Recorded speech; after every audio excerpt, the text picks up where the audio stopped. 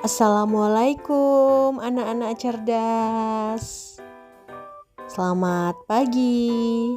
Apa kabarnya hari ini? Mudah-mudahan anak-anak ibu tetap sehat dan tetap semangat. Oke. Nah, untuk pagi ini kita akan mempelajari yaitu tema 2, subtema 1, pembelajaran 3. Materinya yaitu IPA dan Bahasa Indonesia. Oke, baik. Nah, tujuan pembelajarannya yaitu yang pertama, siswa mampu menyebutkan cara tumbuhan beradaptasi dengan tepat. Yang kedua, siswa mampu membuat laporan tentang cara tumbuhan beradaptasi dan melindungi diri di lingkungannya dengan benar. Yang ketiga, siswa mampu menyebutkan informasi penting menggunakan aspek apa, di mana, kapan, siapa, mengapa, dan bagaimana pada peta pikiran dengan tepat. Nah, yang pertama, tumbuhan dan habitatnya.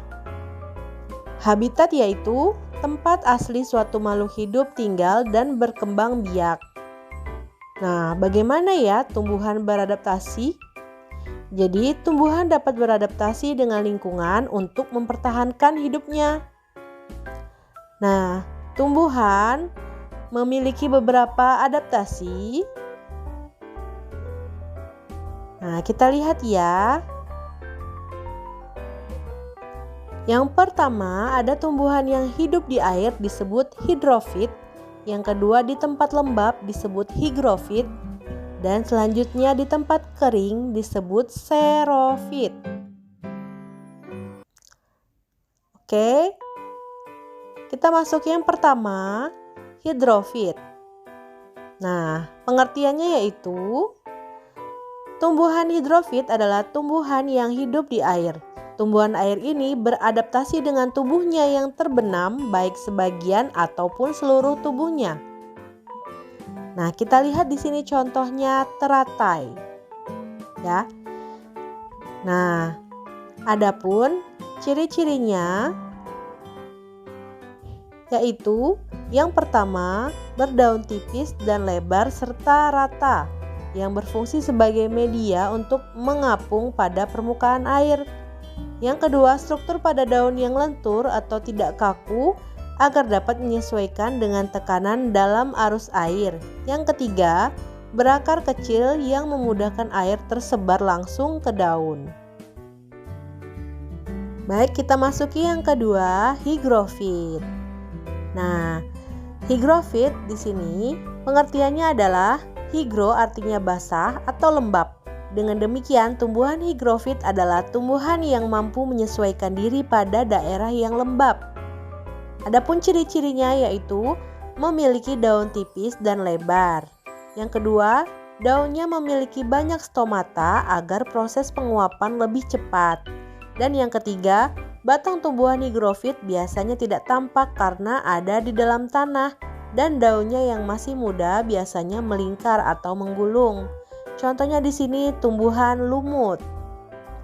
Baik, yang ketiga, kita masuk ke xerofit. Nah, xerofit ini yaitu tumbuhan yang hidup di lingkungan kering.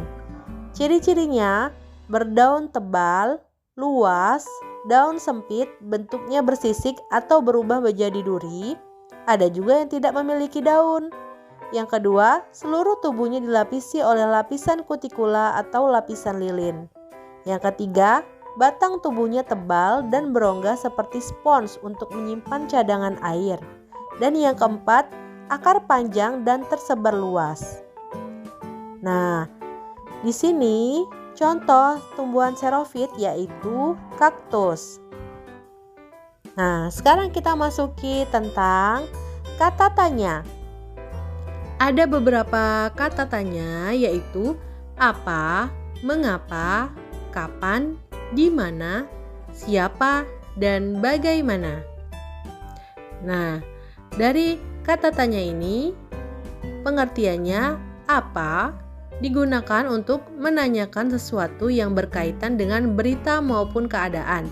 Contohnya, apa yang dicoret oleh Dina? Yang kedua, siapa?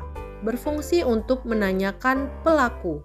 Contohnya, siapa yang mencoret dinding ini? Mengapa? Untuk menanyakan alasan atau sebab suatu peristiwa terjadi. Contohnya, mengapa Dina mencoret dinding ini?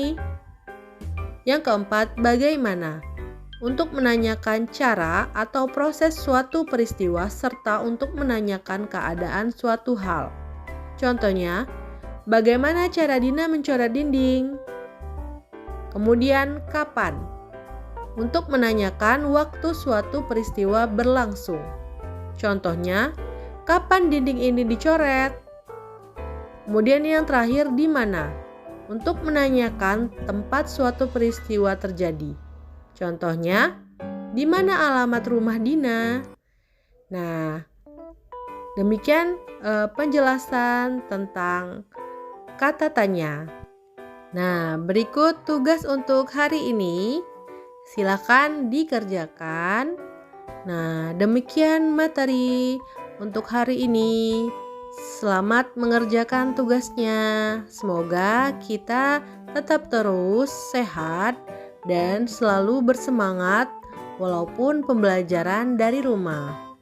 Terima kasih Ibu ucapkan. Wassalamualaikum warahmatullahi wabarakatuh.